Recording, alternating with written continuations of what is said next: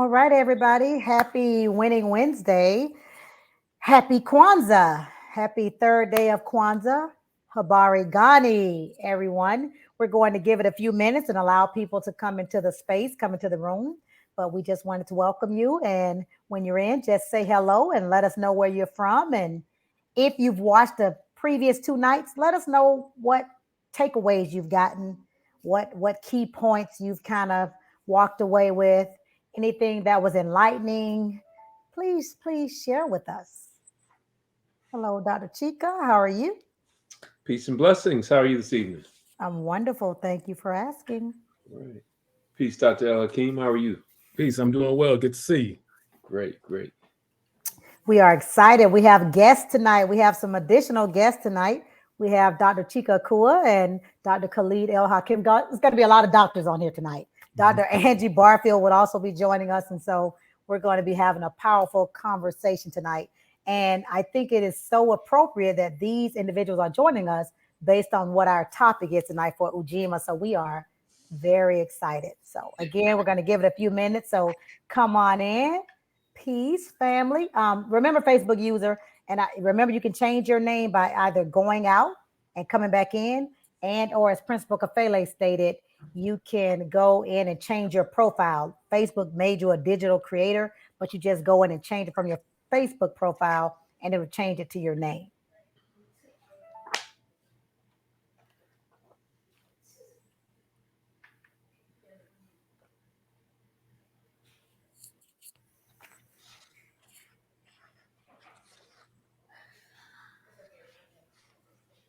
Oh, she's not.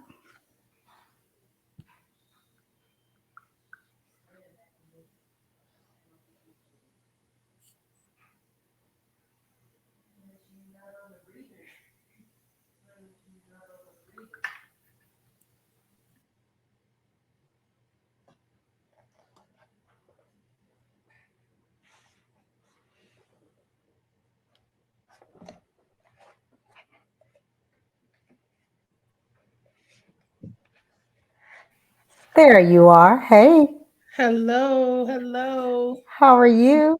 I am doing well. I'm doing well. Happy Kwanzaa. Happy Winning Wednesday. Hey, Dr. Shika. Good evening. Good evening.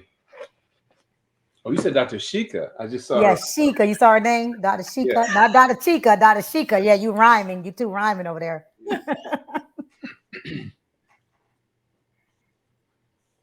Good evening, Mr. John. So happy to have you back with us. Am I saying your name right?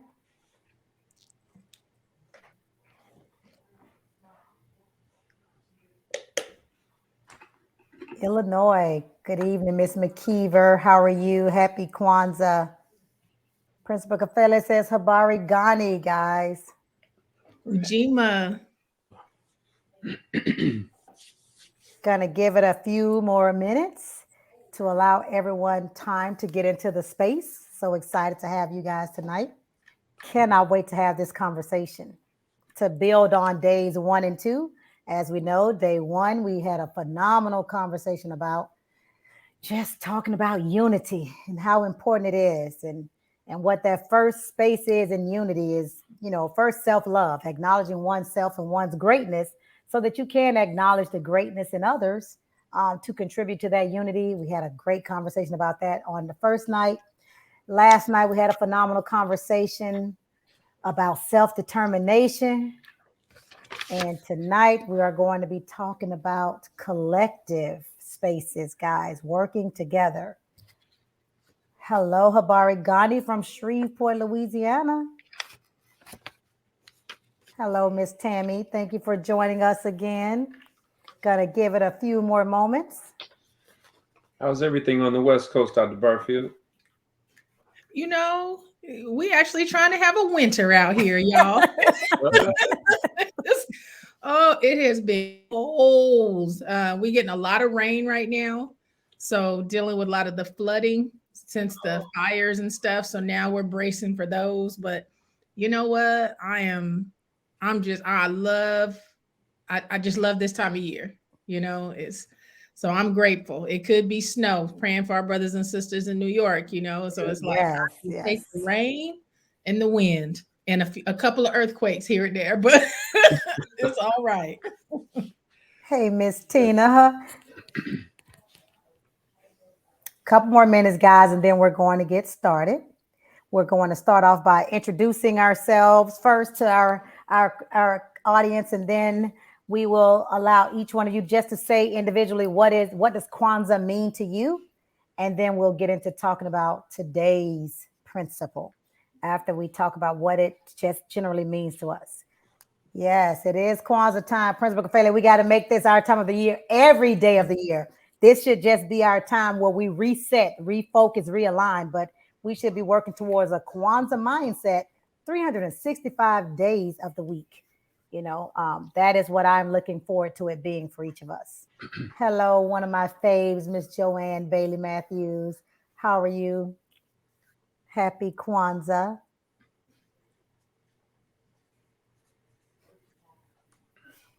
Gonna give it about 3 more minutes, guys, and then we'll get started.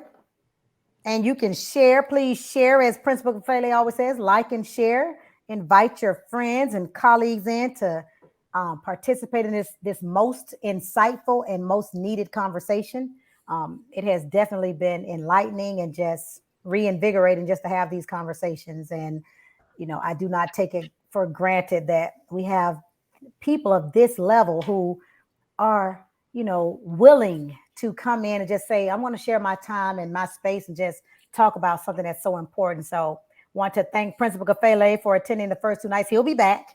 And then thanking Dr. Chike, who will be with us a few nights this week, and Dr. Barfield and Dr. El-Hakim. So excited to have you guys talking to us tonight about this topic.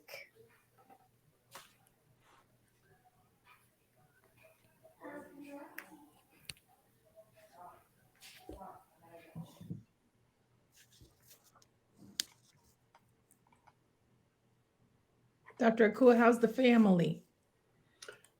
Everyone is well, thankfully. We are in a good place and good space. So thank you for asking. All is well.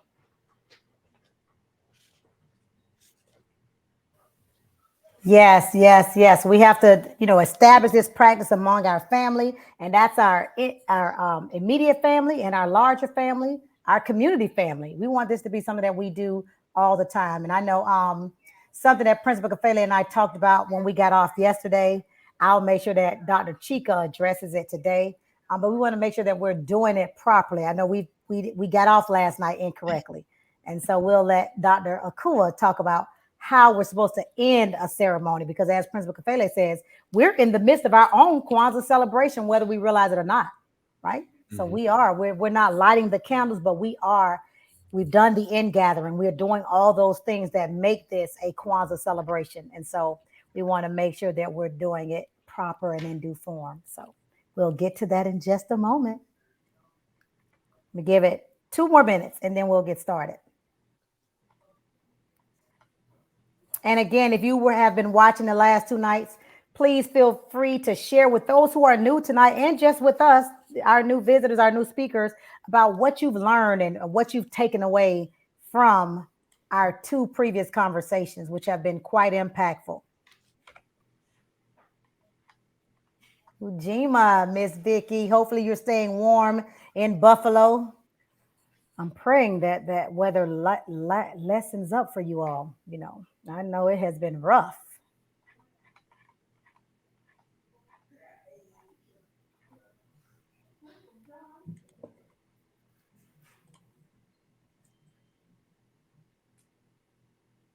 Dr. El-Hakim, where are you these days? I am in Kalamazoo, Michigan. Oh, but, my goodness. From Detroit, yeah. It's cold. It is cold today. Forgive me for whining about my cold, man. Never mind. Yeah. But actually, it warmed up today. It got to 40 today, which was pretty good. It's like a heat wave. But last week, below 0. That's up near my hometown of Toledo, Ohio. Oh, yeah. Right down the road. Mm-hmm.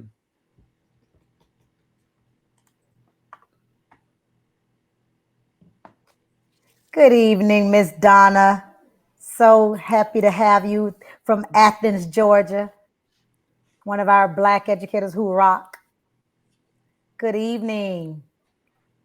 This is one of the best gospel DJs in the business right here. He's down here in my hometown, Daytona Beach, Florida.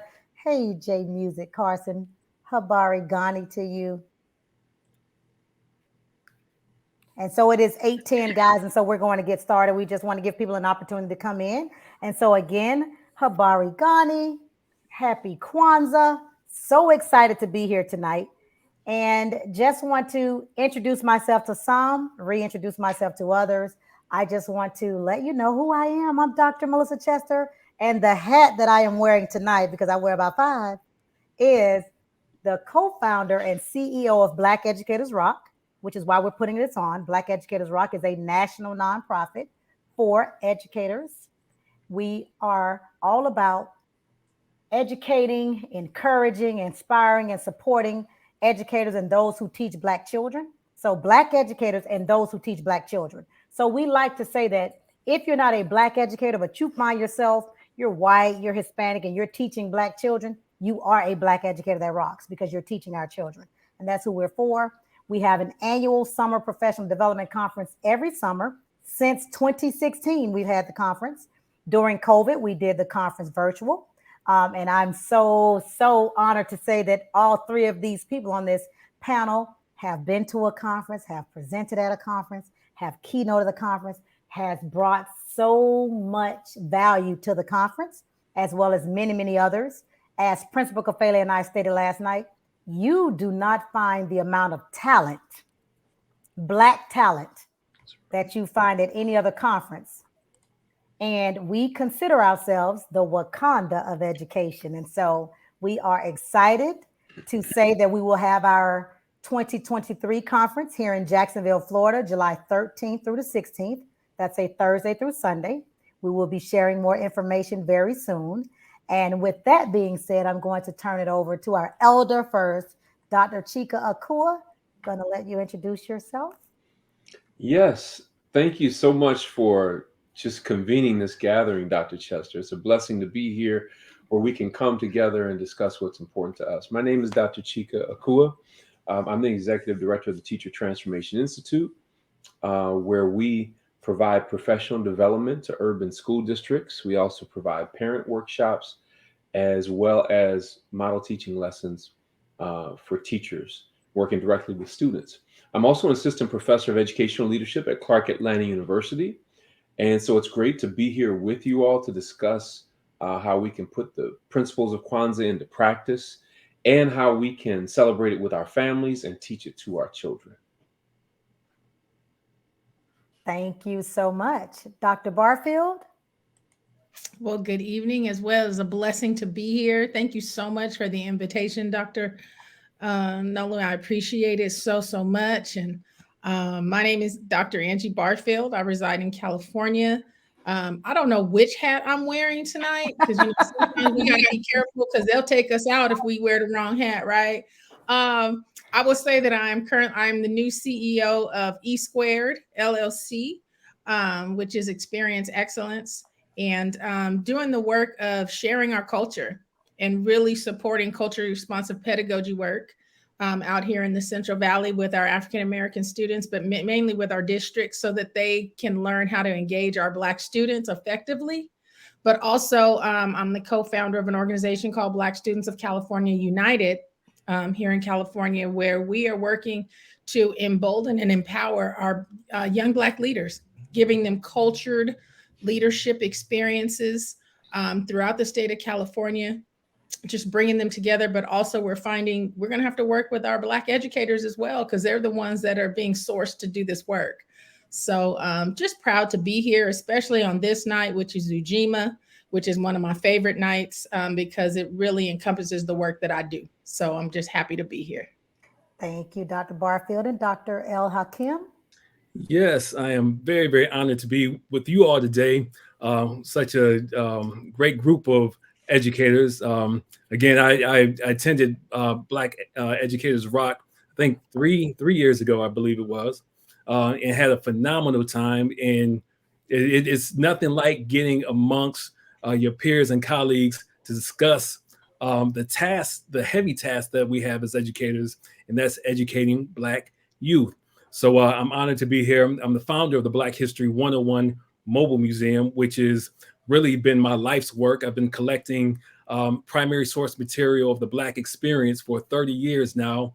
And this traveling exhibit travels all across the country. The museum has been to 41 states and over 1,000 institutions. And I'm gearing up for our national tour that's next week. And we're going between January and March to 15 states and over 50 stops between January and March. But at this point, we have 3 different exhibits that travel during this national tour. My very good friend, Professor Griff of Public Enemy, takes out one of the collections from the archive. And then I have another group, Omari Barksdale and Dumini the Poors, that takes out the 3rd exhibit. And we're real excited because next year is the 50th anniversary of hip hop culture. So we're celebrating that all year next year. So for you all who come to the conference next year, hopefully you all will get a chance to see the presentation that we do this coming July, right? Yes. And when I say it's a powerful presentation, I mean, when he came, I think it was North Carolina. You were with us in Charlotte. Yeah. And that was the last one we had in person, 2019. And it was like, I mean, it was powerful. It was so enlightening, some of those artifacts and those things that you've shared with us. And so I cannot wait until we experience it again. Go ahead.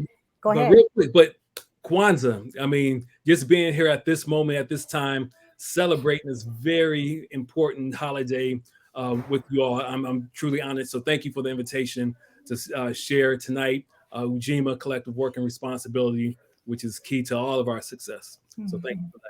Yes, and well, you stole my thunder, but my question was going to be, I was coming right back to you to say, what does Kwanzaa mean to you personally? So just what is Kwanzaa for you? How do you define so when Kwanzaa? I think of Kwanzaa, I think of actually the 5 social institutions of family, education, economics, religion, and government. And what that means to the success of any nation, any community, and thinking of those 7 principles and how those tie into those 5 institutions. So when we think about Ujima and Ujima being collective working responsibility, we're a communal people. All right. We're a communal people. We're African people. And we cannot have any success as a community, as a nation, as a family without working together. And whenever you see the success of African people anywhere in history or anywhere on the planet, you see us working collectively together. We don't see individuals, we see ourselves working together. So that's what I think of. Thank you. And could you repeat those 5? You said family, education. It's family, education, economics, government, and religion. And I would have to say when I think about those 5 social institutions, one of the best examples that I think of comes out of the work of the Nation of Islam and what the Honorable Elijah Muhammad put forth in his practice. And if we think about it quickly, he told the families, he set up the FOI and the MGT, the Fruit of Islam were the men, the MGT were the women, and told Black folks, stop drinking, stop smoking, stop fornicating, stop gambling, get your lives together, stand up and clean up yourselves, right? And then he told us that we cannot go to our enemies to educate us. All right, so education became very, very important. We must build our own institutions. So in the scope of the Nation of Islam, they built up the University of Islam, right? So economics, his core belief in terms of economics was do for self. And we already generally know what that means. So that's the economic piece. The religion piece, of course, he taught Black people that they were the original people and that Islam was there in our original religion. And then he said that we have to have our own nation. We have to have our own flag. We have to write our own laws. So in at least that organization, we get a sense of what the strength of those 5 social economics are. And I mean, it goes way beyond that, but that's just a real quick example that you can use. Thank you so much for that. Going to go to you next, Dr. Barfield. What does Kwanzaa mean to you? Oh man, This week, I will say that I'm truly trying to do better, and not just doing it during the week, right? Not really uplifting it, but making it more prolonged in my life. But for me, Kwanzaa is a centering time. Um, we celebrate both in my home when we have Christmas and then Kwanzaa, but for me, this is my time of peace. It's like I need to center my mind, using the term of my mentor who's on here with us tonight, Dr. Akua. It's like this is my time to center myself in the best of our culture. This is it. And but to carry it out, everybody else is making resolutions. I'm using these 7 days to bring myself back to who I know I am so that I can do the work I've been called to do for the next 365. And so the only way to do that is to really find, to live these principles. It's like, with Umoja, it's like, yeah, I can truly appreciate unity with my community, but if I'm not unified with myself first, none of that matters. It means no good at all to anyone, that I do that. And then, last night hearing Principal Kafele talk about, just that self-determination, go for it. It's like, if I don't take these steps and take them seriously, my accomplishments will be few. And so my mom has embedded this in me since I was a little girl, to really appreciate the culture and understand who I am and who we are as a people. So this time of year for me, I'm like, it's all or none. It's like, I have to really take this seriously. And then with the work that I do with my students, I have an academy called Ujima. Not even realizing what the work I was being called into at the time, but to have an academy where I am teaching our next generation the importance of collective work, to remove them from the mindset of that they're separate and they're different and they can't get along. I do this work. I'm teaching them Ubuntu. It's like, y'all got to understand, we are nothing without each other. So I'm living it every day, but this particular week, it's like a rejuvenation. I'm like plugging in and getting myself ready, because come February 3rd, it's like out the chute. We got work to do so that we can help our children be stronger, but also our community be stronger. So Kwanzaa it means a lot to me. Thank you, Dr. Barfield. And Dr. Akua? Sure. What Kwanzaa means to me is a time of reflection and recentering, as Dr. Barfield mentioned. I'm reflecting on not only the best of our culture, but what has occurred over the past year, what's occurred in general in our community, and then what's occurred in my life, and whether or not I was able to meet the goals that I set for myself. In addition to that, it's a time of resolution to look forward at what I would like to accomplish, what I feel I'm called to accomplish in the new year. So, I take this time to really spend some time just releasing everything else and envisioning the direction that I want to go with those that I work closely with family and friends and so forth.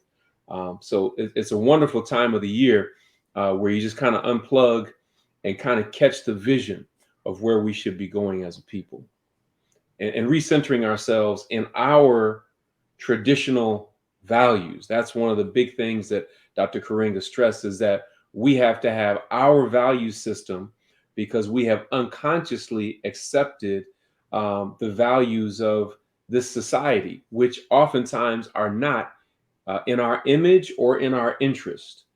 So that's what Kwanzaa means to me. Thank you so much, Dr. Chike. And just I agree with everything that you all said.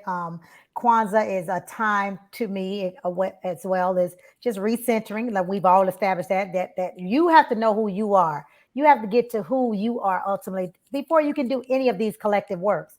Before you can have anything, you must first self-reflect. And with self-reflection, it takes rest. It takes, reinvigoration and just being honest about oneself. And then you can move into that self-determination in the collective works.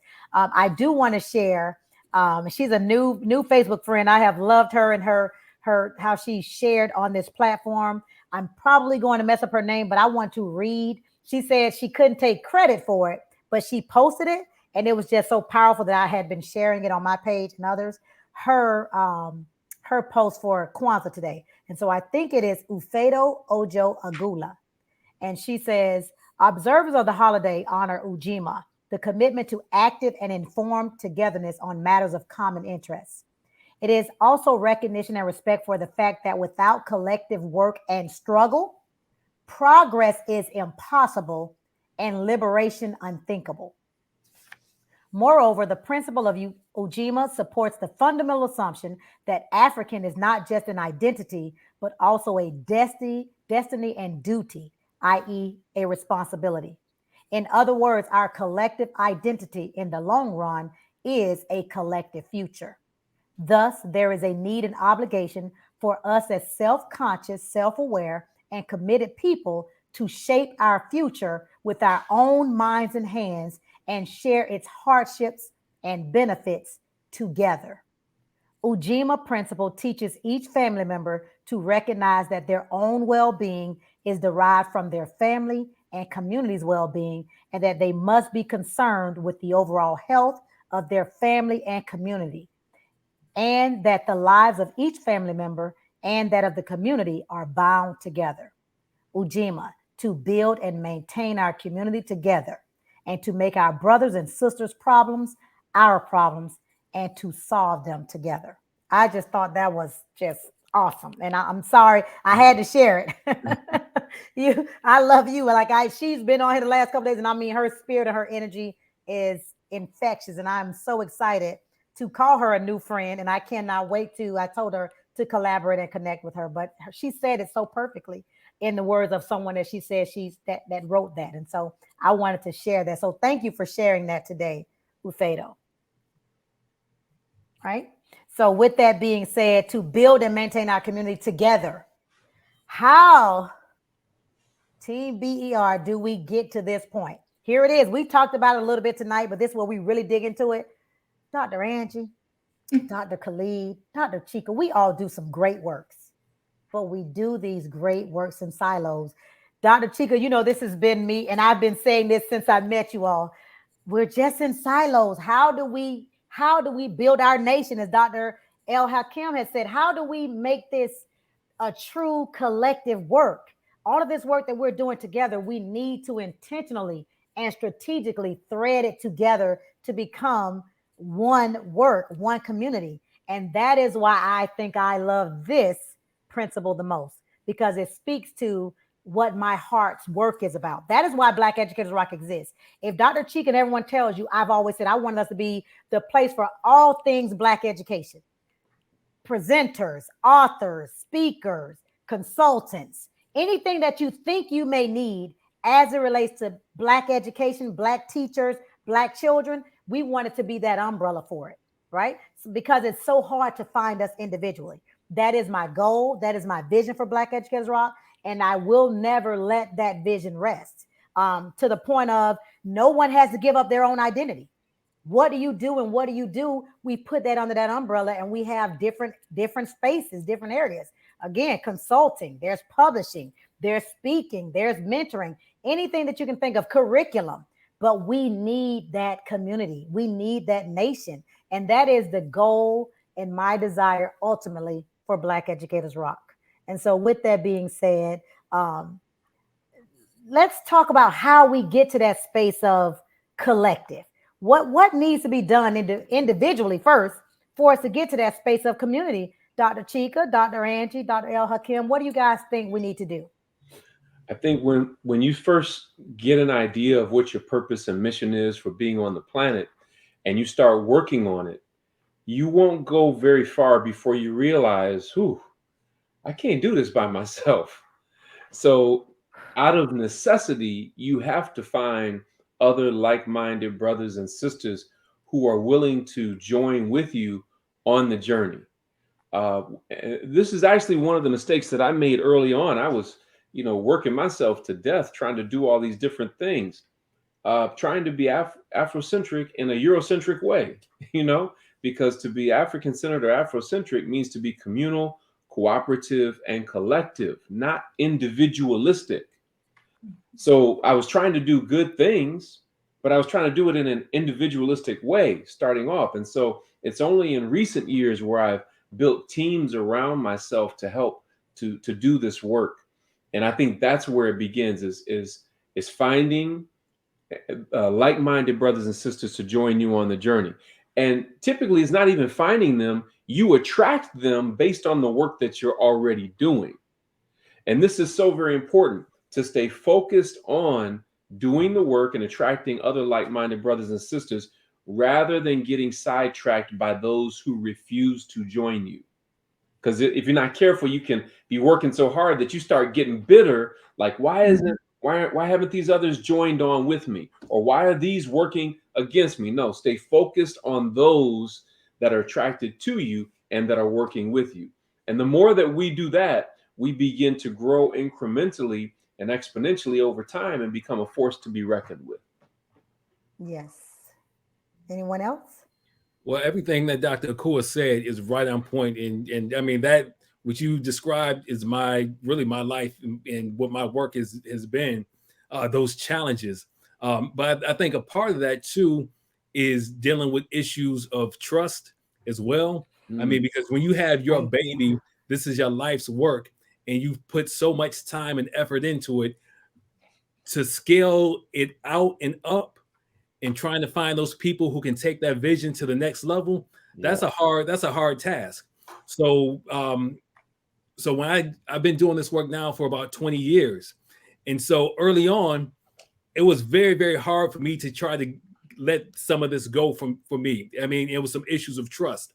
But at the point where the demand exceeds what your capacity is, you're forced to push that forward, right? So I was blessed to have a Professor Griff see my work early on and say that I'm going to support you any way I can.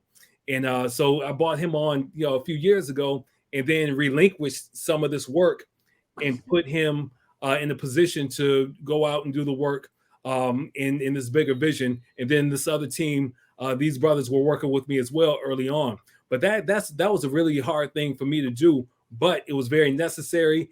And I'm glad that I did it, because it's making the work grow on a level that I've never imagined before. So indeed, thinking about just having vision and finding, like, as you said, like-minded individuals who believe in the work and who are willing to push this forward.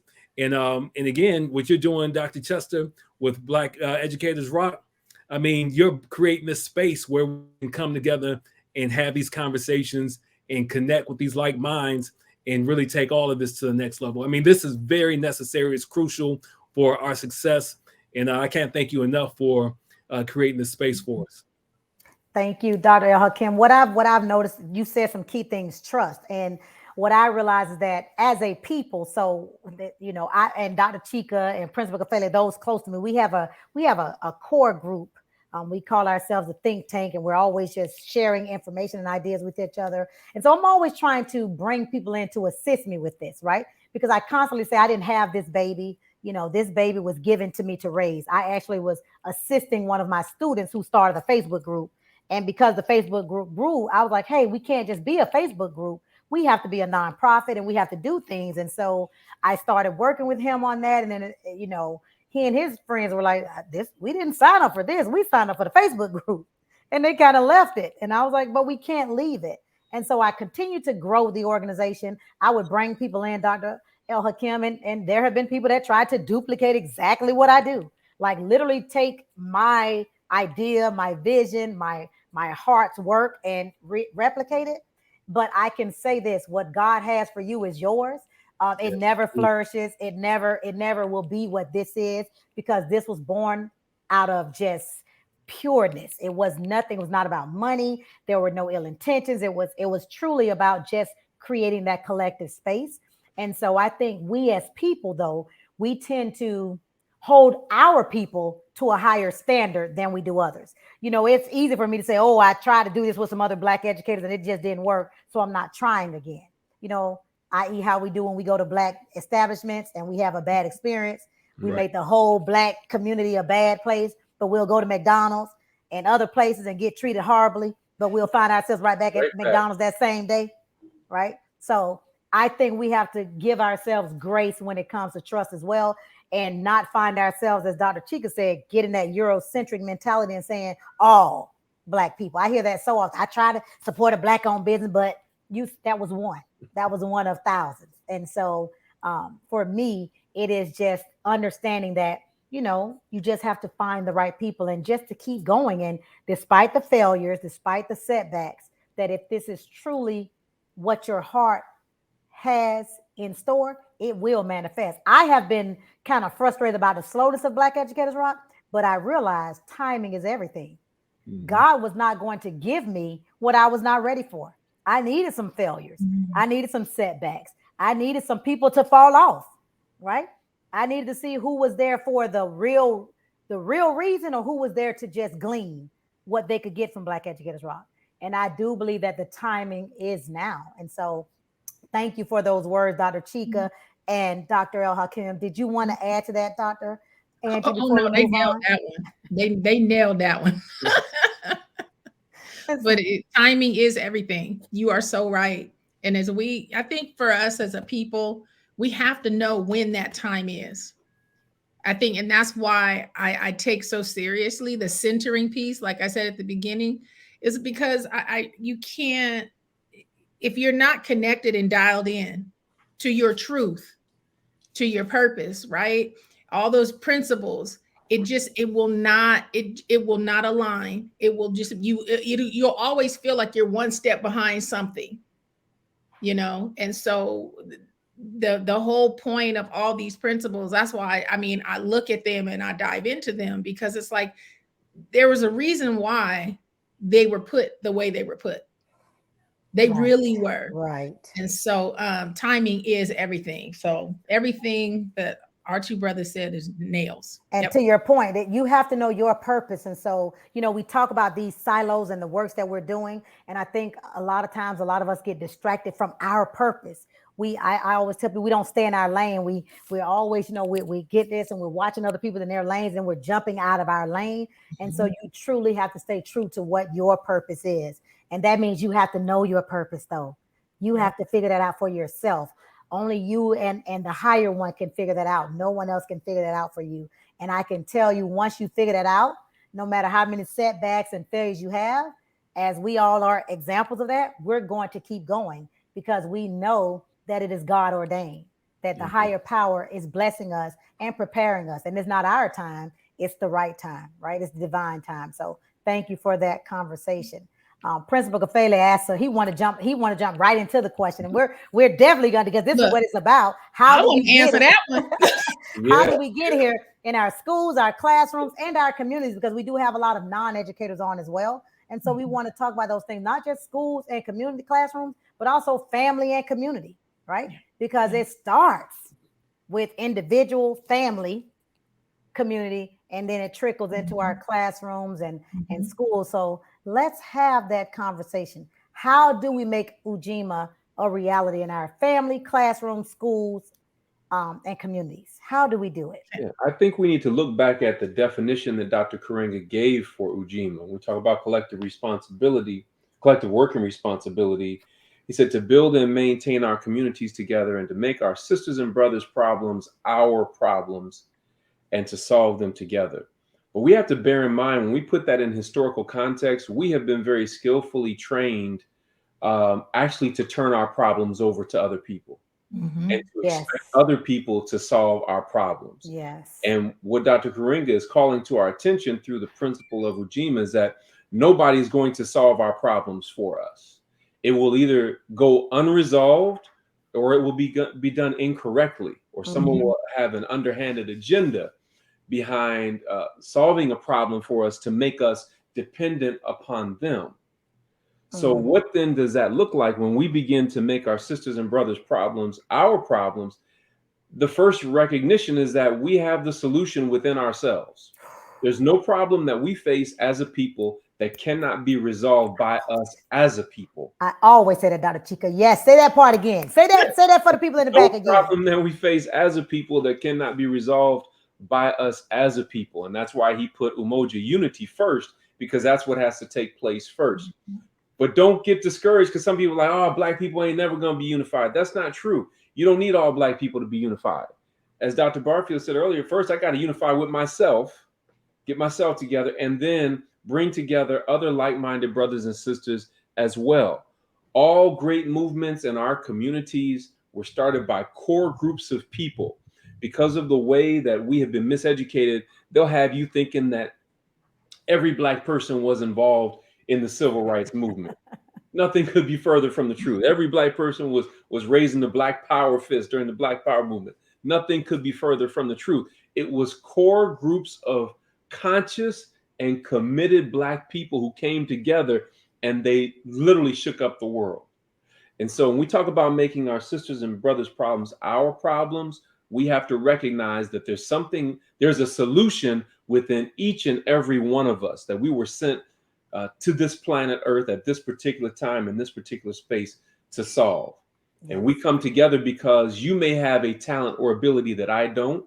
And Dr. El-Hakim may have a talent or ability that I don't. Dr. Angie has a talent or ability that I don't. But when we put them all together, it makes us stronger to be able to operate as one force. Yeah.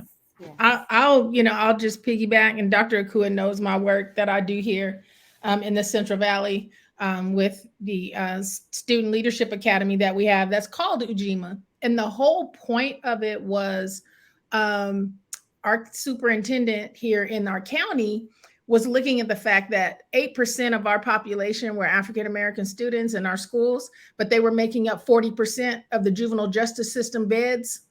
And he's like, yeah, that's just bad math.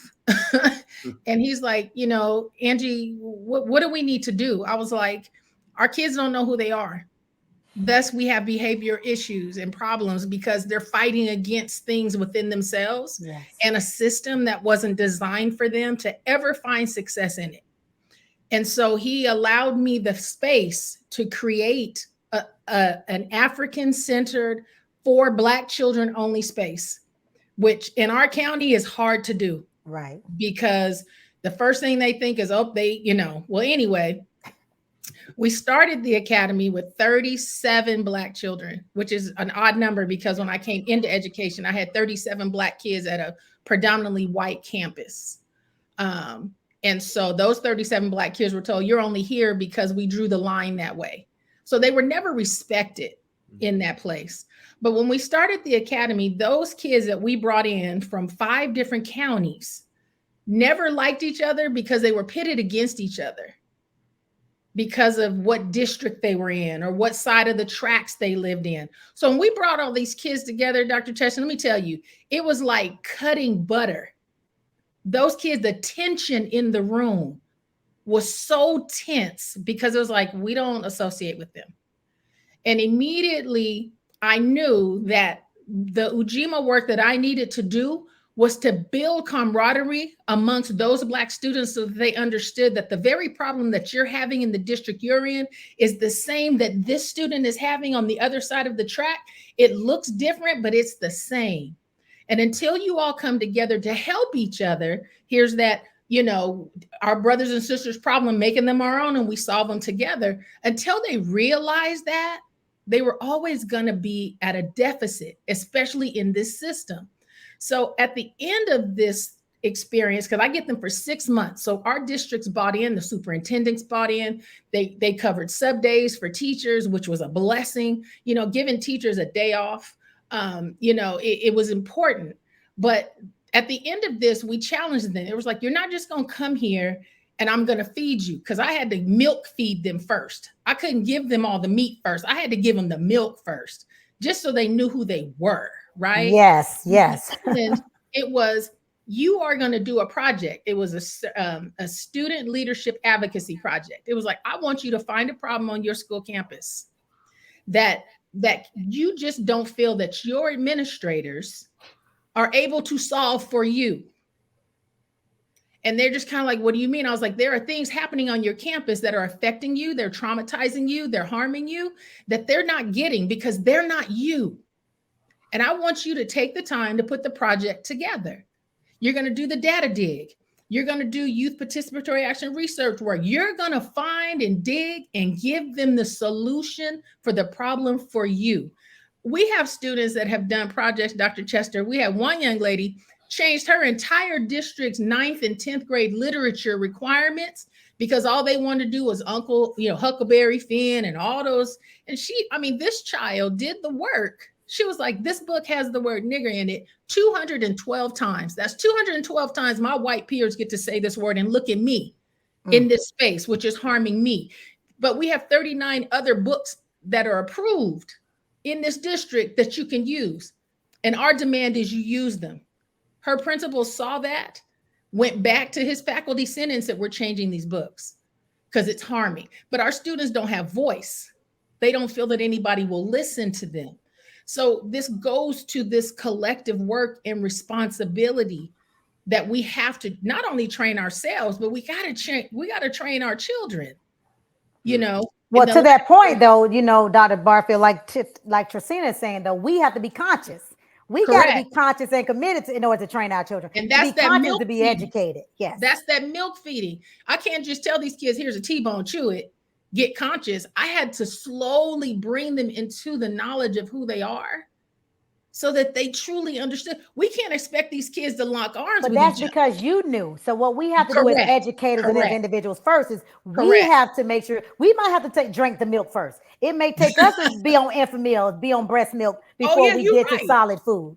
And so that was the one thing that Principal Kafele and I were saying last night is that, hey, and the night before, you're gonna feel powerless when you're in those systems, when you're not armed with the resources that you need and the information and the education that you need. So you first have to become that individual of strength. What's crazy, Dr. Chester, we found that the teachers sitting in the space with the kids while we're teaching them were being empowered and emboldened themselves. Exactly. They were learning from the students. It was working twofold, yes. Right? But it's just, I said all that just to say, like Dr. Akua was saying, it was like, the solution is within us. Yes. But our children have been so oppressed in this system, they don't realize this, baby, you got to rise up out of that and explain to them why this is harmful and use their terms. You're traumatizing me. You're harming me. That book is not good for me, right? And then stand up for those things. The last thing we did, Dr. Chester, we had a student just this last year. It was about her hair. So we had Black cheerleaders here who were being told they had to straighten their hair. So they had naturally curly, beautiful locks. They were being told by their coaches, you must straighten your hair if we're wearing ponytails because you have to match the other girls. And you know what I'm talking about when I say the other girls. And they were telling them, it's damaging my hair, but they were doing it because that's what they wanted to do. Not understanding, we have a law out here, thanks to Senator Holly Mitchell. Right. We have the Crown Act out here. That's right. Children didn't know the Crown Act was in existence. Yes. Didn't know that their civil rights were being violated. But see, this is that collective work. If we don't do the work to inform so that we know how to fight and don't waste our time fighting, changes the ball game.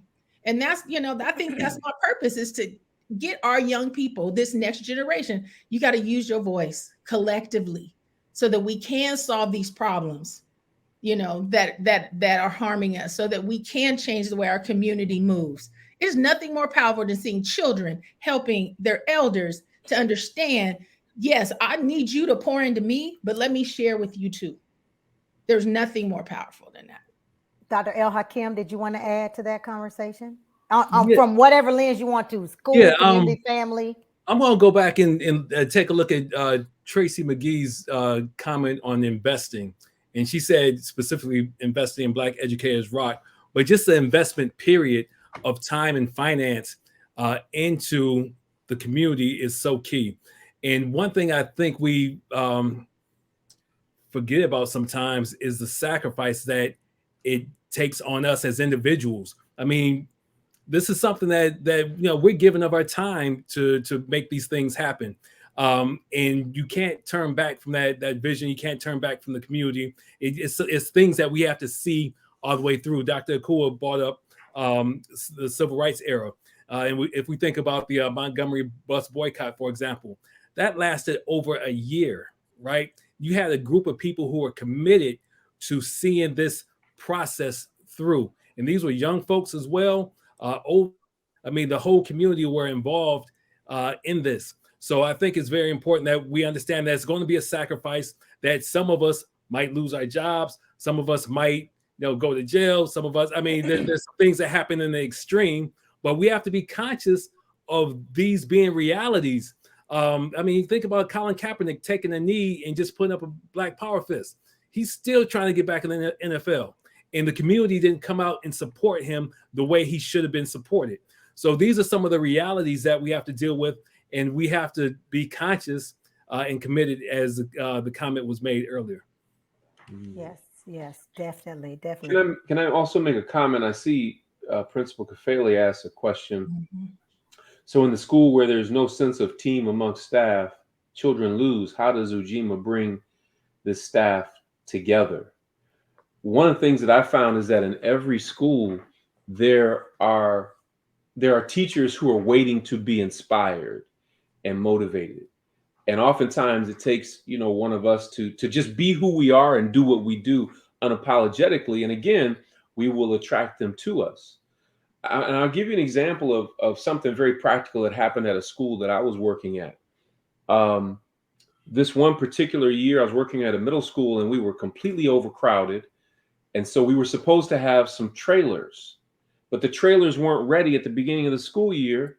And I was one of the unfortunate few teachers who had to circulate the building to a different class, every class period, rolling a cart until the trailers were completed. When the trailers were completed, none of the students wanted to be in the trailers. Okay.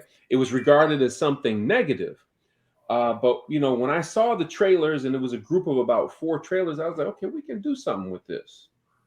And so something very interesting happened. Once we were given access to the trailers, none of the students wanted to be in the trailers. And those that were not in the trailers always made fun of the trailer kids. And the principal would get on the announcements and she would make announcements. And then she would say, trailer students, make sure you exit the building this way or go to the bus lane in this way. And she would always refer to them as the trailer kids or the trailer students. So I went and spoke to my principal and I said, listen, would you mind from now on not referring to us as the trailer kids? From this point forward, we are the Ashanti Village. So immediately I established an identity for us. And I told the students this, and she loved the idea. She just hadn't thought of it because there was so much else going on. But what happened over the course of that year, when we started implementing different African-centered teaching strategies, by the end of the year, all of the students in the main building wanted to be a part of the Ashanti Village. So I would sit on the little deck as my students were coming to class and I'm drumming, welcoming them to class. But of course, you can hear the drum all over the school campus and everybody's like, what's going on? Man, I want to be a part of that. So this was one way we were able to bring together the staff because the principal told the entire staff, she said, I want our entire school to be the Ashanti Village. I want our entire school to have that kind of energy and consciousness. So this is an example of how you can begin to circulate that consciousness in the place where you work. Because as I said before, a lot of people are just waiting to be energized and inspired by your example. Dr. Chike, with that question, it makes me just think about school when he says, how can we when there is no unity? I think there's no sense of team amongst the staff. I mean, we can say that in the community, we can say that in the village, we can say that in the family.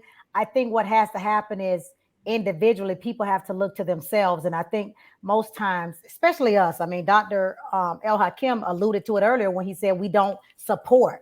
Like what I've noticed is, and I was talking about this to a colleague, is I found myself always having to be the voice, right? Because I'm power, because I speak truth to power, unapologetic about it. People would say, hey, Doc, well, you say something. Well, but I found that I was always the one saying something. And so then I became known as the troublemaker because I'm always the one that's articulating these issues. And then when I'm articulating them, though, the same people who are texting me, inboxing me, messaging me, calling me, you're like church mice in the building, right? And so what first has to happen is we must first look to ourselves. When you say there's no team among staff, okay, how am I contributing to that? am I contributing negatively or positively to that? And we have to speak truth to power, and we have to just individually start to walk in that, what that looks like. You started as an individual that collectively caught on. You didn't go and say, well, I need to get this number of people with me first or that number of people with me first. You saw a problem, you brought a solution forward, and like-minded people decided to get behind you and follow you. And I think sometimes we may get caught up, and you said it earlier, you alluded to it, trying to get the wrong people on our team or in the boat with us. And so it distracts us and deflects us from what the true mission and vision is. And the truth is also everybody can't speak up like you. Everybody can't articulate the vision the way that you do. So I got to the point where I realized, let people operate in their gifts. Let people operate in their lanes. There's a reason why Dr. King was out front and speaking, and why Ralph Abernathy was the organizer behind the scenes during the civil rights movement. There's a reason people have their different talents and abilities. I remember going to one school and I said, you know what? I'm not going to be outspoken about nothing. I'm just going to go in here. I'm going to do my job, from 8 to 3. And then I'm out, because at the time I was building my publishing and speaking company and all that kind of stuff. And there were so many things going on that I could not speak up. And when I didn't speak up, people came to me that didn't even know me, that just assumed that I was the leader anyway. So that spoke to me and said, okay, let me be who I've been called to be, and not take issue with that. So sometimes we just have to be the ones to speak up, because that's part of our calling, and that leadership that's upon us. Yes. And yes, Dr. Sean, we agree. Identity is one of our greatest resources and weapons. And Dr. Angie spoke very powerfully about that. And once we have to figure out how to give that to our students, and understand, because without that's when they start to learning, and that's when they start to performing better, is when they have a sense of identity. And that is something that, again, to be able to do that as educators, we must first understand those things. And so completely agree. Yes, leaders stand out and stand up. Agree, Miss Patricia. Yes. Anyone else want to contribute to that? I know Principal Kafele, see, that's why he needed to be on here, because now he wants us to dive deep into that conversation, and we're probably not saying what he wants us to say when it comes to that, but he'll have to type up a whole soliloquy for me and send it to me, and I'll read it. But I do feel like it starts individually with staff and leaders and teams. I think sometimes we're so lofty. We're so lofty in our goals and our visions that we want it to be here, but we may have to just start here and watch it just get to there, right? And I think that sometimes that happens, not just in the school environment, in our communities, in our homes, etc. A lot of times we're wanting more, as opposed to just focusing on us. Be the change that you want to see. Be the change that you want to see. So often we're not walking in that. I truly believe that. Principal Kafele, hopefully we answered your question. Hopefully you felt it was answered sufficiently enough. Well, I'm hoping that after all of this, that the conference in July will be so on point. It will just be overflowing, because of, like you were saying, Dr. Chester, it is about timing. I remember the Charlotte. I remember it. It changed my life. Oh my God. That experience in itself does something for you. And it was funny, because when I came back from Black Educator Rock Conference, because I do conferences out here for students. Our conference went from 300 students in 2008 that we're getting ready to come back to in-person post-COVID, and we're looking at almost 1,100 Black students. I believe it, yes. Because it was like there's this desire and need. Our children were awoken, whether we want to believe it or not. When you see a Black man lose his life on national TV like that, and you hear it, it changes how you move. It really does. And the kids have voiced that. They were like, that could have been me. They would have done that to me. They're breaking my spirit in the classroom. I can't breathe in my classroom. This is what I'm hearing students come up with. And so bringing these conferences together. I even bring students from throughout California together. I do one in my county. That's 1,100. Then I do one for the state, because these young people are just like, we need a space for us that we can be unapologetic in. You I know, literally just said, Dr. Angie, that we need to start focusing on our youth. Like we do the Rock Conference, but we need a conference that speaks to the youth. I'm talking to some people here in Jacksonville that's what they do. They're youth focused because I said simultaneously we need to have something for our youth. They need it just as much as our teachers do, and so that's just I completely concur it's with a you. must. It's a must. We It can't have definitely is. Ujima without You that. know, Cannot. many of the speakers at the Rock Conference also work and speak directly to youth as well. So Yep. Yes. we'll be circulating through each strand of that conference. Yes. I'd Yes. also like to say, because I'm looking at Joanne Bailey Matthews' Yeah. comment, some of us teachers were traumatized for speaking up. I've now recovered, but I was wounded. So we have to realize that the Rock Conference is a solution to that very problem. The ones that I have been to, it was like a Black college homecoming. I Yep. mean, the spirit and the energy, and people were literally getting healed because they had never been in a space where they could just be Be themselves. themselves. So one of the things that we haven't taken into account is this issue of racial battle fatigue. Dr. Barfield just talked about it amongst the students, but it's very real again in the faculty and in the leadership, where Black people are in these culturally isolated spaces where they can't be themselves, where they're constantly oppressed and suppressed, where their voices are not welcome and are not being heard. But at Black Educators Rock, and this is what really gets me, some people have never, ever been in a space where they could be who they are. I had an HBCU professor invite me to speak in her class. And she mentioned after I spoke, it was a counseling and psychology class, and she indicated at the end that prior to being an HBCU faculty member, she was a counselor in a school district. And it was a school district that didn't have a large population of Black people. And so she wasn't able to be herself, but she didn't even realize that she wasn't able to be herself until she got to an HBCU Yep. where she could be herself. How Yep. many of our people are walking around not even realizing that they're not being their true selves, suppressing their voice, trying to hide, not able to be their authentic selves?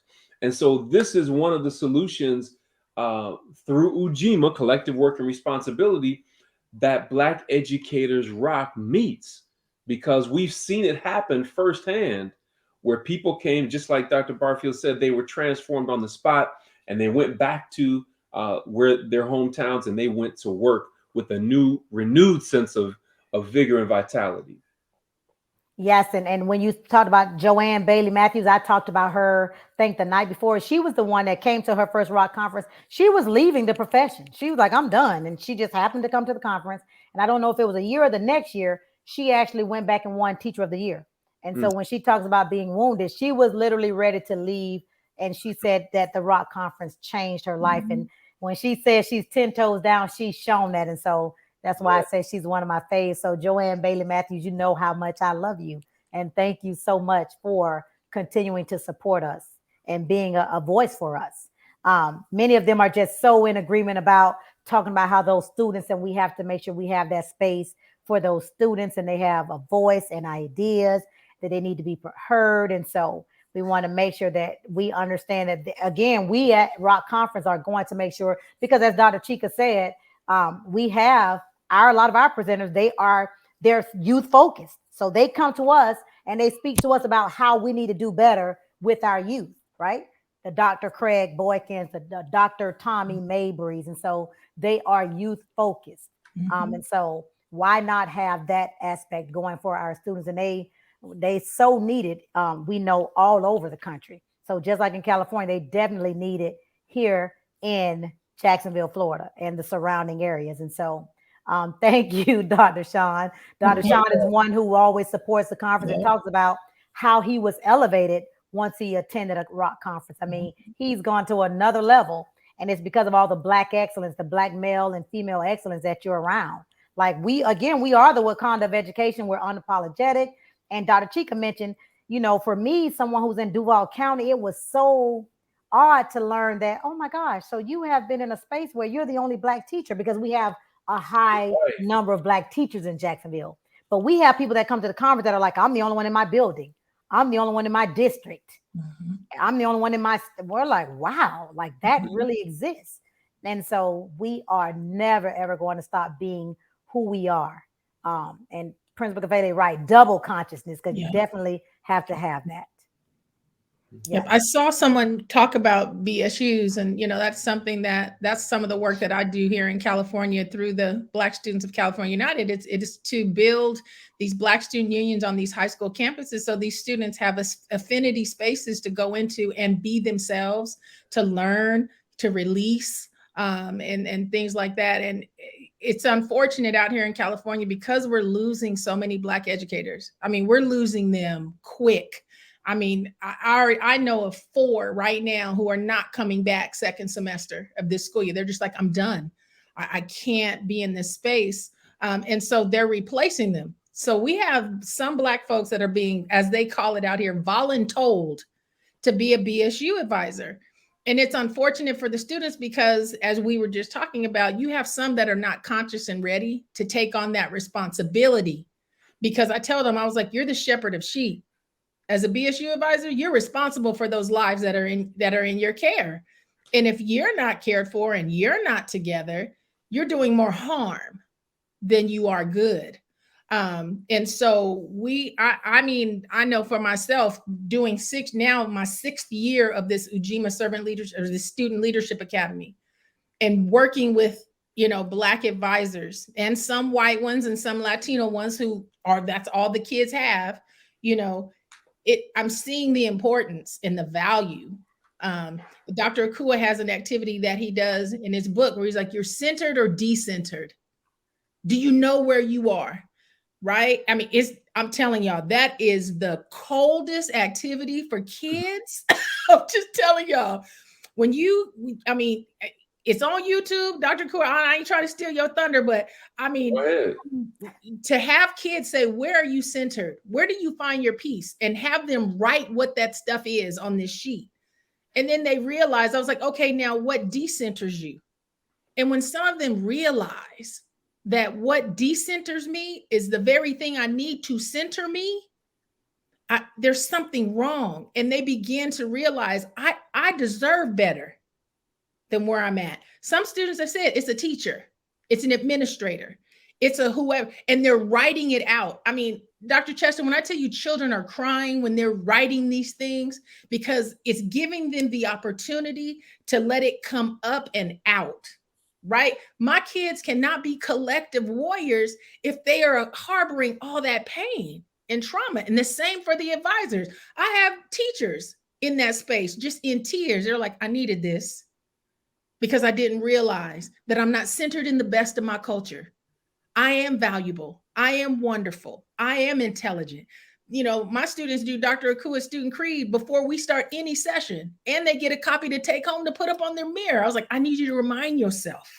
But it sounds like, Dr. Angie, that your school, I mean, because you're leading that school and you're focused, you're centered on the student. But I'm a county worker. So I touch I got 32 school districts in my county. Which is even more powerful, because you're the person getting the Black that to kids them. are only at 6 schools in this county. I mean, it's crazy. But to see them collectively say, you got the same problem I got, and I'm on this side of the tracks. We have to get our educators, though, to have that passion in the classroom. But when they talked see about it, that. You know what I mean? They have to see it. And that's what I'm saying. That's why I love Ujima so much. You get to bring it in, but to see it, it has to be someone that buys into bringing it into that space. And I'm trying to show it to them, because you're doing a great job in California, but we're saying nationally, because again, I have to go back to how Black Educators Rock, the Facebook group, used to be and how it is now. Like at one point, I was in there like, these Black educators that teach Black children, because they were so negative. Mm-hmm. Like the conversation that they had about our children, I literally went in there and said to some of them, you could not teach my child. Like I would not allow you to be in front of my child. And all Black children are my children. And so you might not need to be in the classroom anymore. And so it's what you're saying is so powerful, but we have to make sure that our teachers are once again grounded in that, understanding I am because we are, and understand that's a part of your we. Like we've gotten very Eurocentric in our thinking. Like I've spoken to, I come from a lower class. I come from lower socioeconomic. So of course, we believe in the, somebody down the street had to feed you sometimes, an open door. But I was speaking to some upper middle class grown people, and I remember like we were talking about how they change the schools and they take those neighborhood schools out, and those neighborhood kids out and let the magnet schools, etc. And they were making the statements, I don't want those kids with my kids. And I was like, but you do realize that your children will one day come across those children. And so what you would want to do is care about those children, because you cannot stop what the effect will be when they run across yours if you're not pouring into their lives. And so we have to get back to that collective mentality. We've become very Eurocentric in our thinking as individuals and educators, and we don't see all Black children as our children. We just see as the ones in my house. And so what you were saying was powerful, but we need more Black educators to feel that passion about their students. Because when Principal Kafele was talking about that staff being disenchanted, a lot of times it's because you have people that are on opposite ends of the totem pole as it relates to how we're teaching these children. Yeah. And the way group dynamics works, people tend to go with the flow of whatever seems most powerful. And so when we get the movement of what we're doing and it becomes powerful as it is, you'll see some of those mediocre teachers or who may have been talking negatively, again, they're waiting to be inspired by the right message in the same way that the students are. Yes. So I've heard some teachers and administrators say, oh, these kids just ain't gonna do right. We can't put them together in one room or anything. I've been to some of the most challenging schools in the entire nation, some of which they had never had an entire assembly before. And I would tell them, no, I want to address the entire grade level or the entire school all at once. And they were like, well, what are you going to do? Because they've never been together once. They can't come together at once. There'll be a fight or there'll be no. First, there has to be the expectation. And then we can demonstrate that, and we were able to. But the idea is both students and teachers will go with the flow of those that lead them when they see that leadership is convinced and convicted of what the possibilities are. And that's where we have to go with our leadership. Dr. Barfield is a tremendous example of Ujima, collective work and responsibility, because she does things that I can't do. Like when she was talking about teaching concepts of mine, I'm like, please go ahead, because you're a much better teacher of my stuff than I am. And I'm not saying that to joke. I'm saying that like in reality, she's taken all that stuff and done it with these students in a way that I never could have thought to do it, and organize conferences with a skill set as an organizer. I don't have that ability. She just does that so well. And so we have to find out what those talents and abilities are that are within our village, and then empower people to act in their gifting and not expect them to do something that's not in the area of their gifting. And then so that alludes right to Miss Patricia asking, where is our village? And that she was taught by the village. And so Dr. Tommy Mabry, he mentioned this on on Principal Kafele's show this past Saturday. It takes a village to raise a child. He said, but what if the village is corrupt? That was one of his most powerful things. And we've said too now that, like you said, the village is not there, but that does not mean that the village cannot be reestablished. And sometimes we may have to reimagine the village. I think, that traditional village we may not have anymore, but we can reimagine our villages. And so we have to get back to that aspect, because that is when we were our strongest, is when we understood that we individually cannot do this work.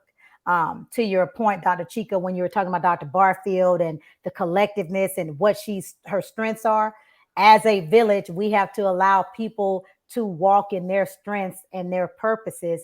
And that's collectively. When I talk about the Rock Conference, I was recently introduced to this organization called Off School Grounds.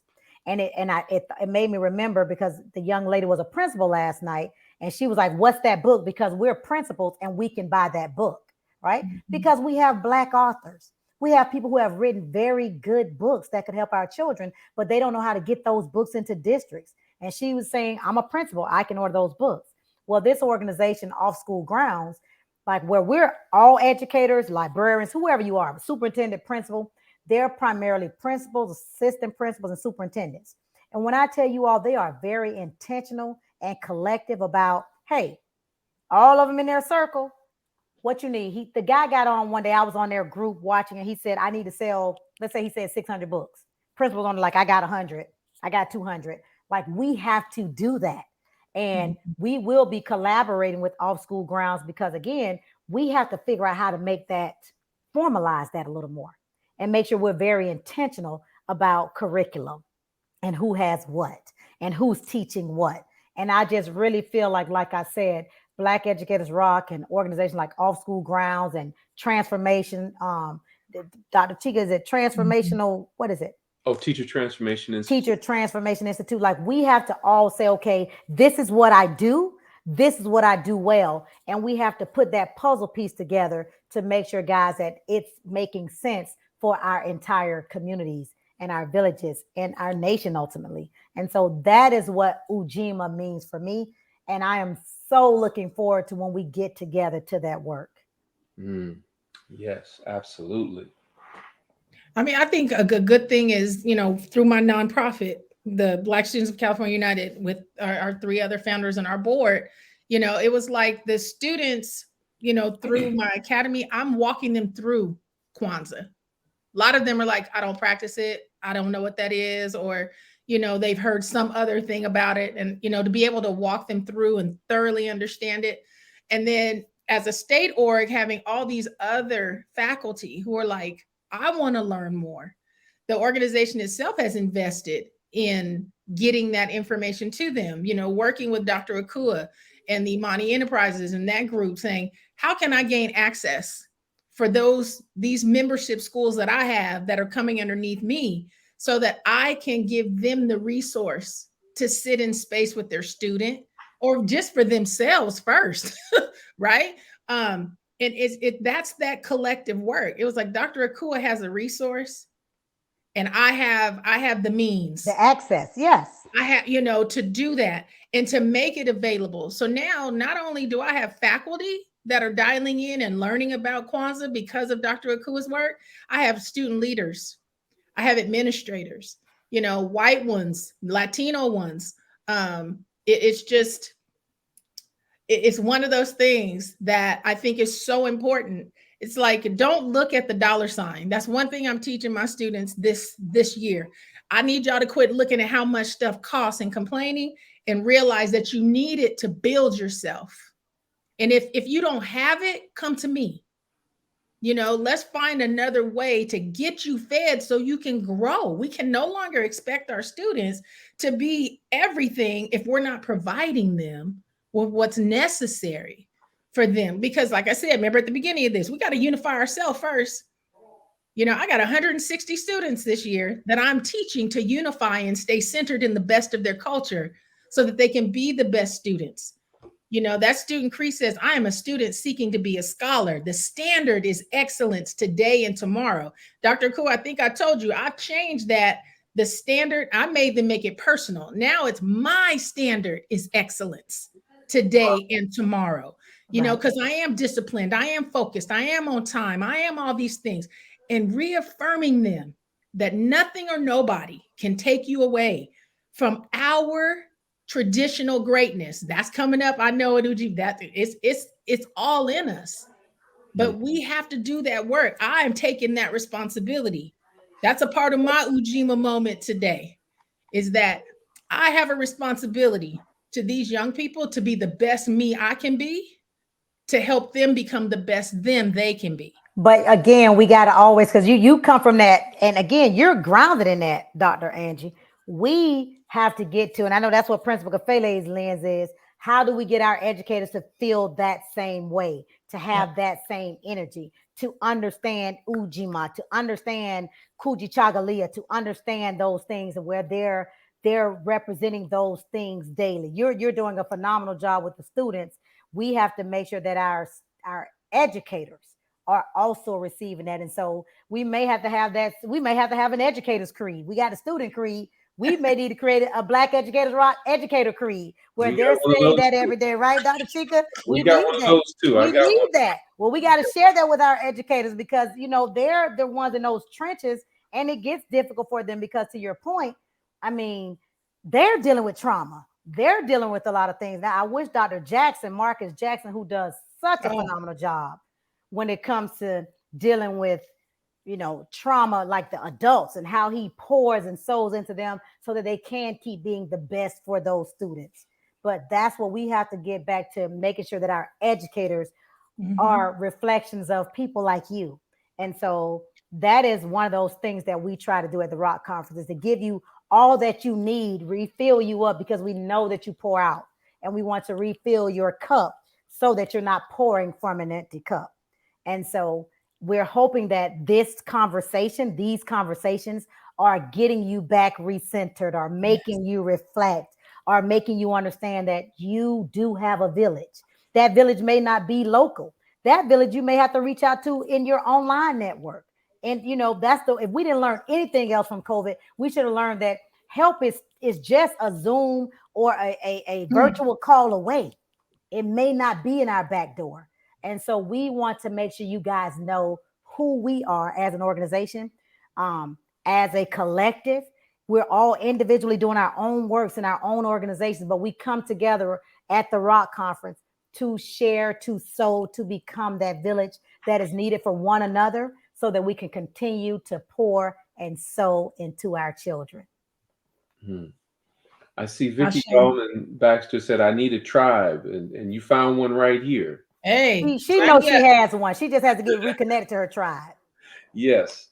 And all the others that are listening, or who will be listening to this recording, this is a place where you can come to get this kind of information that's empowering. You don't have to be in your own silo. You don't have to be in culturally isolated spaces. Black Educators Rock is here to support you in the best way that we can.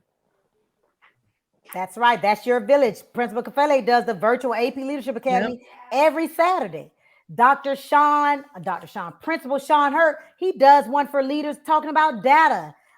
We have Dr. Shika and Dr. Tammy. They do one for leadership. So villages are out there. You just have to make sure. And again, that's why I said Black Educators Rock, because how do you find them? We want to be that space that says, oh, I'm looking for this, I'm looking for that. And that is going to be one of the things that we're intentional about at the Rock Conference, is creating so we know the BER marketplace. Where can I go?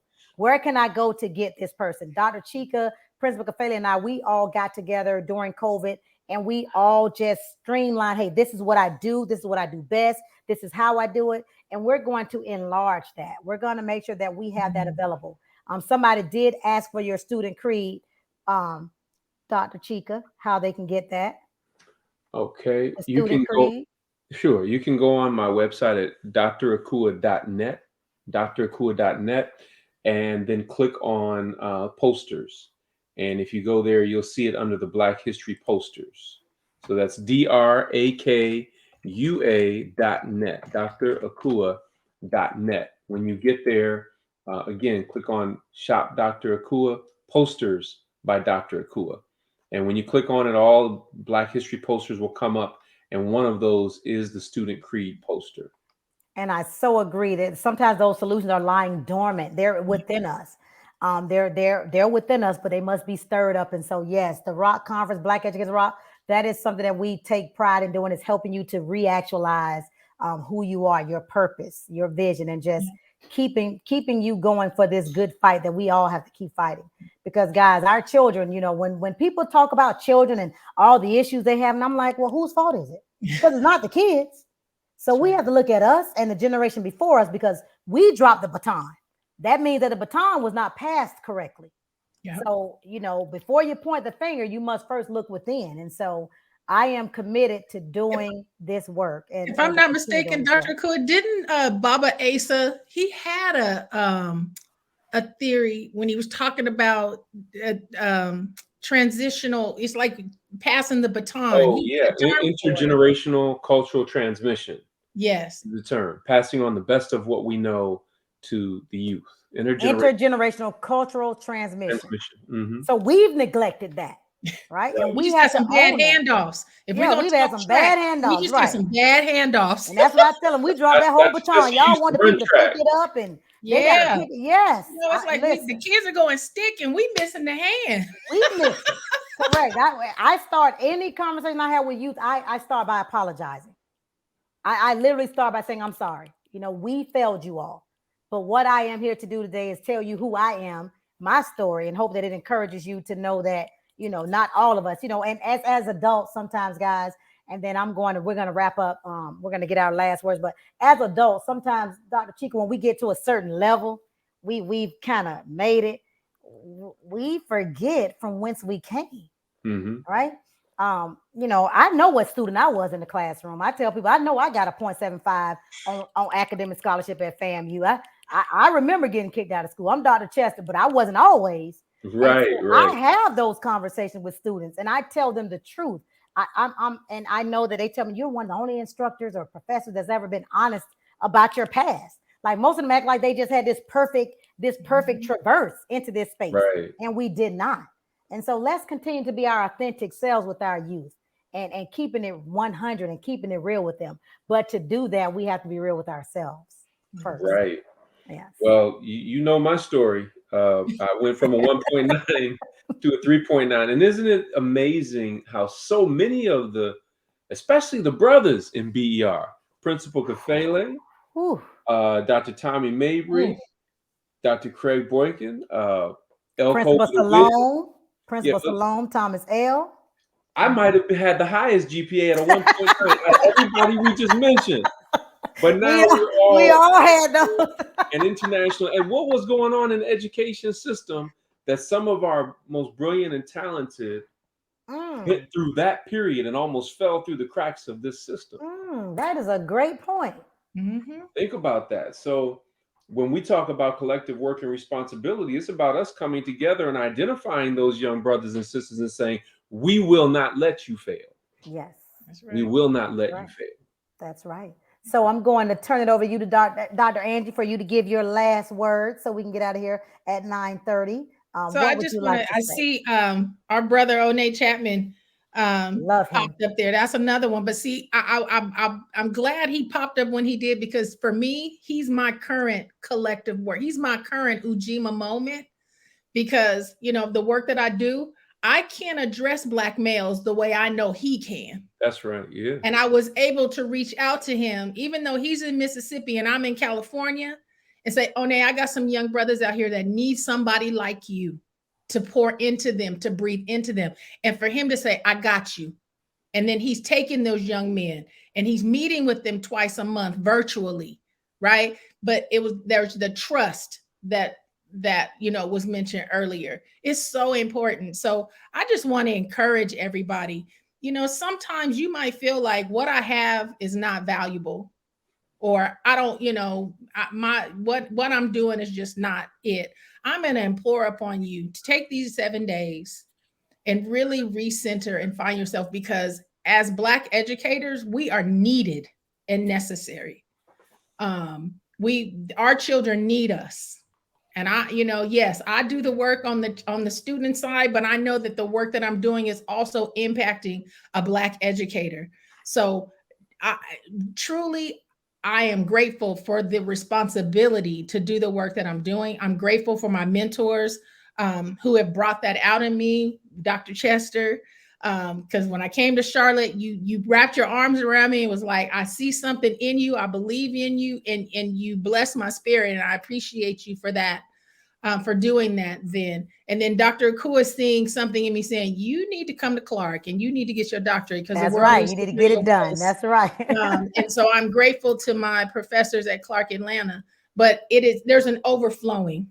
So continue, everybody, to fill your cup. Use these 7 days to get full, because we're going to come out the chute and they're not going to be ready for us. They are not going to be ready for us. So stay encouraged as Black educators. I am here for anybody who needs me. I'll leave my information with Dr. Chester, but please stay encouraged. Our children need us. We need us. And we're going to change the world in 2023. I know 2020 was supposed to be perfect vision, but I think 2023 is our year. Ashe. And you said something. You said, Onay speaks to those Black boys. Tracy Bear McGee, my soror, she is phenomenal with those girls. She has I Define Me, and you got it. She is powerful. She's spoken to as many as 6,000 girls at one time, but she is also a powerful person. And I had to give her that shout out. She supports the Rock Conference, Yes. and we support her. And so with that being said, Dr. Chike, what do you want to leave our good people with? Yes, there's an African proverb that says, if you want to go fast, go alone. But if you want to go far, go together. When Dr. Karinga established the 7 principles of Kwanzaa, he says that it's the moral minimum. So the very least we can expect of each other is to operate with Umoja, unity. The very least we can expect is that we operate with Kujichagulia, self-determination. The very least we should expect of each other is to operate with collective work and responsibility, or Ujima, as well as all of the other principles. So those 7 principles are the moral minimum, but they also point to our highest aspirations. And so I wish everyone a happy Kwanzaa. Share the culture, celebrate the season, practice the principles, and we look forward to seeing you all at the Rock Conference this summer. But we'll be doing many things between now and then. Yes. Keep in contact and keep this community going. Thank you, Dr. Chike. And I just want to concur with Dr. Angie and Dr. Chike and say, guys, you have, as someone said, it's lying dormant within you. Our purpose is to help you to reignite that fire. All of us have that fire burning in us. Sometimes we just let it go out, and we are here for you. If you're looking for a village, the Black Educators Rock family is that village for you. Whatever you need, you have within you, or you have the capability to get it. It is within your grasp. We are all things Black educator. We are all things Black Educators Rock.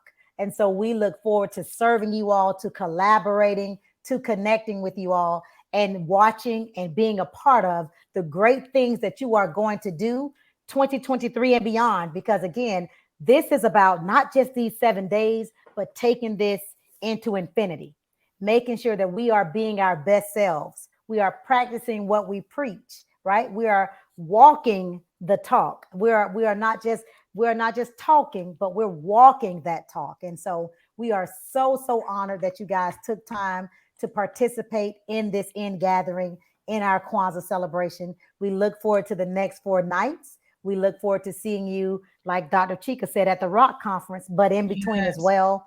We are going to figure out how can we get something to start collecting all of our information, because we want to know what you do well, what purpose you have, what do you need help with, what resources are you looking for at your schools, because that is who we want to be for you.